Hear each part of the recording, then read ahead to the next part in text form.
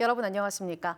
강원도가 제주에 이어 두 번째로 특별자치도가 됐습니다. 관련 특별법이 국회를 통과해 강원도가 새롭게 발전할 전기가 될 법적 기반을 갖췄는데요. 강원도는 이제부터가 시작이라고 강조했습니다. 강화기 기자가 보도합니다. 강원특별자치도 설치 특별법이 국회 본회의에 상정되고 여야 국회의원들의 투표가 진행됩니다. 강원특별자치도 설치 등에 관한 특별법안 대안은 가결되었음을 선포합니다. 강원특별자치도 법안은 압도적인 찬성으로 국회를 통과했습니다. 특별자치도 추진 11년 만입니다.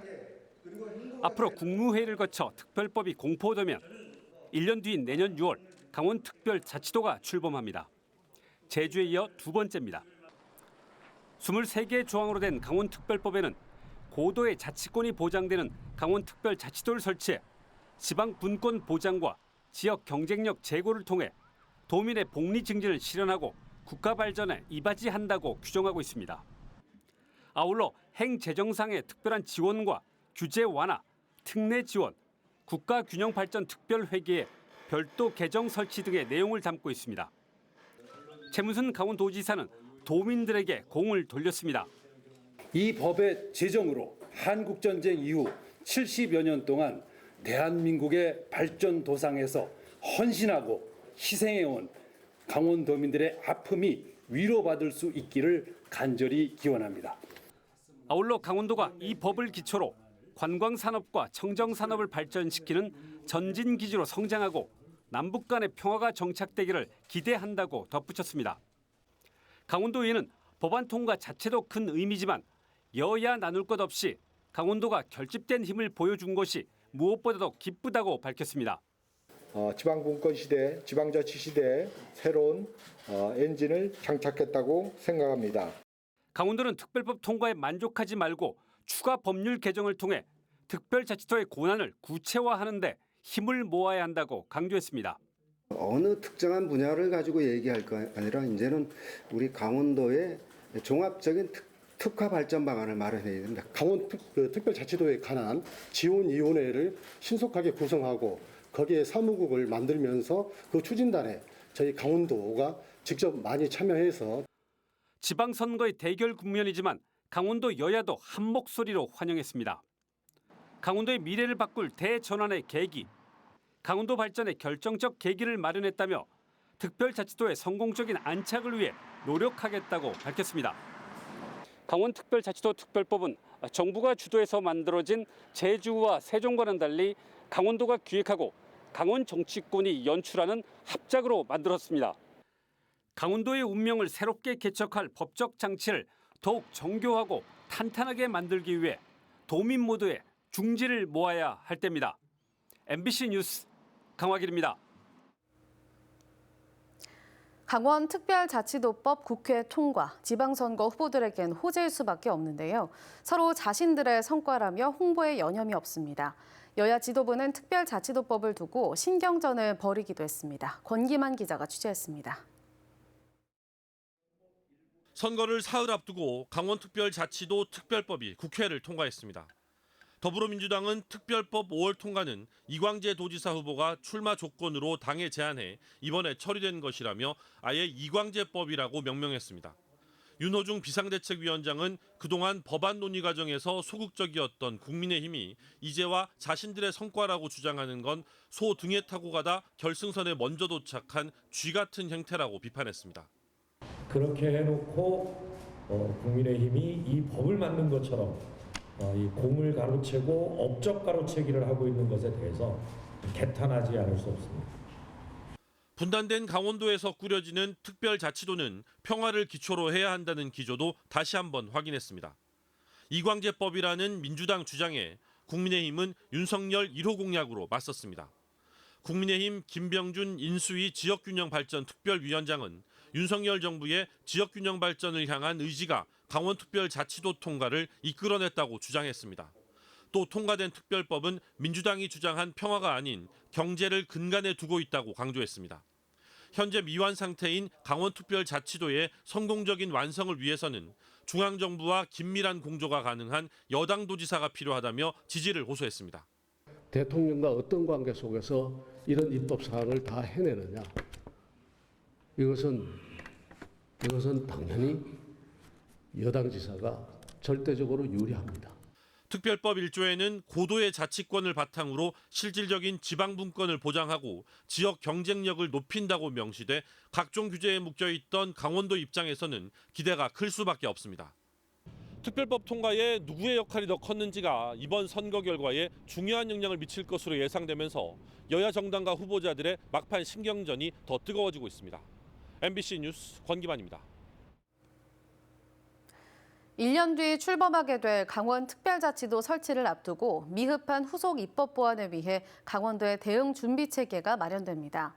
강원도는 조만간 전담 TF를 두고 주관 부처인 행정안전부와 협의 체계를 구축하며 18개 시군과도 협력 체계를 만들기로 했습니다. 특히 강원도의 종합적인 특화 발전 방안을 마련하고 범정부 차원의 지원위원회 구성을 서둘러 이끌어낼 방침입니다. 6월 1일 선거일이 코앞으로 다가왔습니다. 후보들은 모든 방법을 동원해 유권자들에게 지지를 호소하고 있는데요. 특히 치열하게 진행됐던 춘천시장 선거에 나선 3명의 후보들은 자신의 장점을 적극 알리며 막판 표몰이에 혼신을 쏟고 있습니다. 백승호 기자가 보도합니다. 더불어민주당 육동환 춘천시장 후보, 정부에서 일할 때 제주특별자치도의 출발을 도왔다며 자신이 특별자치도 전문가라고 강조했습니다. 강원연구원장 재직 시절에는 강원특별자치도법 시안을 만든 경험이 있어 시장이 되면 강원도와 춘천시가 함께 발전할 수 있다고 덧붙였습니다. 강원특별자치도의 후보들로서의 어떤 위상을 가지고 어떤 역할을 하고 어떻게 중심성을 더 심화시키고 춘천시장이 되면 꼭 이루고 싶은 한 가지를 꼽으라는 질문에는 인재 유출 없는 교육 도시라고 답했습니다. 춘천은 본디 훌륭한 교육도시입니다.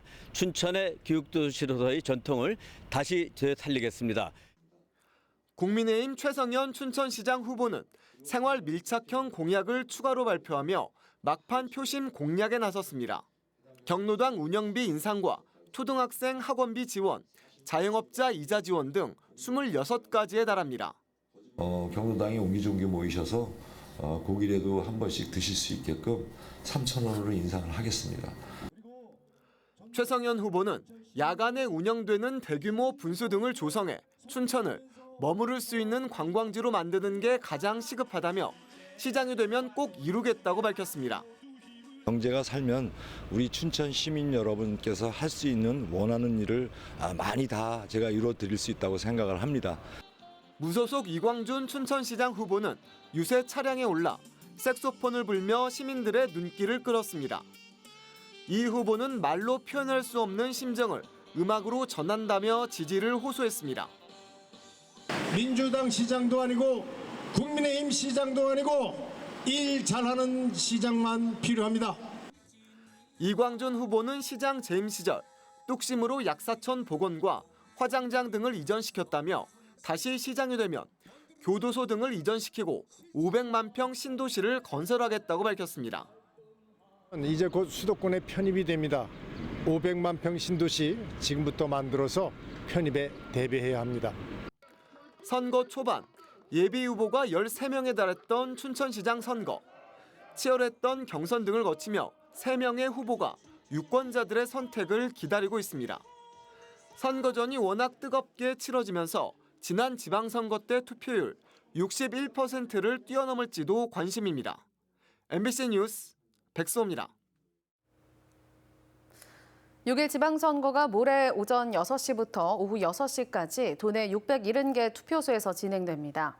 코로나19 확진자 투표 시간은 일반 유권자 투표가 끝난 오후 6시 30분부터 7시 30분까지입니다. 투표소 위치는 선거일인 모레 각 가정에 발송된 투표 안내문이나 포털 사이트 내 투표소 찾기 바로가기 서비스로 확인할 수 있습니다. 투표할 때는 신분증을 갖고 가야 하고 투표소 내 투표지 촬영이나 SNS 게시 등은 금지됩니다.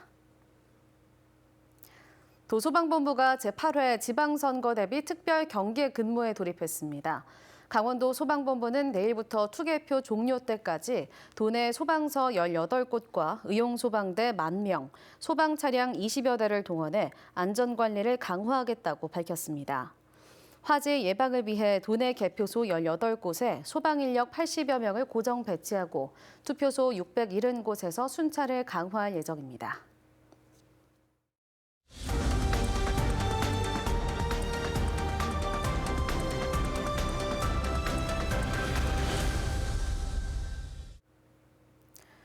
홍천군 내면 식당가에 화재가 발생해 상가 4곳을 모두 태웠습니다. 오늘 오후 2시쯤 홍천군 내면 창촌리의 한 음식점에서 불이 나 소방차 12대와 소방대원 등이 긴급 출동해 2시간여 만에 진화했습니다. 소방당국은 식당에서 처음 발생한 화재가 바로 옆에 있던 단층 상가 건물로 번지면서 모두 4곳이 불에 탄 것으로 보고 정확한 화재 원인과 피해 상황을 조사하고 있습니다. 국민의힘 강원도 필승 선거대책위원회가 오늘 강원도당에서 기자회견을 열고 막판 표밭 다지기에 나섰습니다. 국민의힘은 12년 전 불법 정치자금 수수로 지사직을 상실한 이광재 후보가 다시 그 자리에 나온다는 것은 염치 없는 일이라며 투표를 통해 도정을 교체해달라고 호소했습니다. 이어 윤석열 정부와 강원특별자치도 완성을 위해 도지사와 18개 시장 군수 선거에서 승리할 수 있도록 힘을 실어달라고 요청했습니다. 오늘 강원도에서는 코로나19 신규 확진자가 696명 발생했습니다.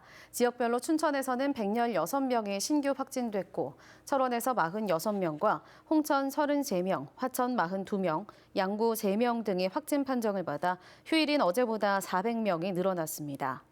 현재까지 집계된 강원도 내 누적 확진자 수는 51만 4,541명입니다. 지난달 중순 거리두기 해제 이후 강원도 관광객이 급증하고 있습니다. 강원도 관광재단이 빅데이터 기반 강원 관광 동향을 분석한 결과 지난 4월 강원도 방문 관광객은 1,169만 명으로 지난해보다 22%, 3월보다 14% 증가했습니다. 특히 강릉, 양양 등 동해안 지역과 양구, 횡성 등 내륙 지역 방문 관광객이 증가했습니다.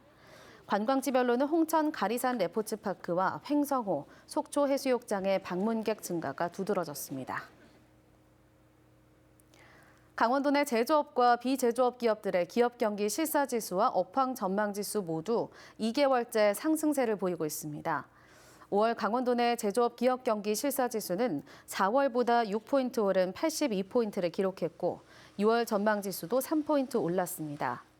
중국의 봉쇄 영향으로 전국 제조업 지수는 하락세로 전환했지만 강원도는 식료품 생산이 상승세를 견인했습니다.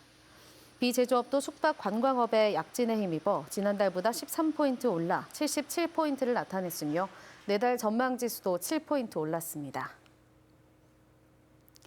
춘천시가 취업 취약계층을 대상으로 일자리 사업 참여자를 모집합니다. 춘천시는 오는 6월 3일부터 만 18세 이상 저소득층, 장애인, 장기 실직자 등 취업 취약계층을 대상으로 최저임금과 주휴 연차 수당이 지급되는 일자리 사업에 참여자를 모집한다고 밝혔습니다. 모집 인원 19명은 소양강 자전거길, 동물보호센터, 치매안심센터 등에서 일할 예정이고 참여 신청은 춘천시청 사회적경제과에서 할 수 있습니다. 춘천시가 어린이집 170곳을 대상으로 급식 위생과 안전시설을 점검합니다. 춘천시는 급식 인원이 50인 미만인 어린이집 140곳에서 개인 위생 상태와 조리기구, 주방 설비 청결도, 유통기한 준수 여부 등을 점검한다고 밝혔습니다. 또 최근 2년 동안 안전 점검을 받지 않은 어린이집 30곳에서 화재 대피 시설과 통학 차량 등의 안전도 살필 예정입니다. 뉴스데스크 강원을 마칩니다. 오늘도 시청해 주셔서 고맙습니다.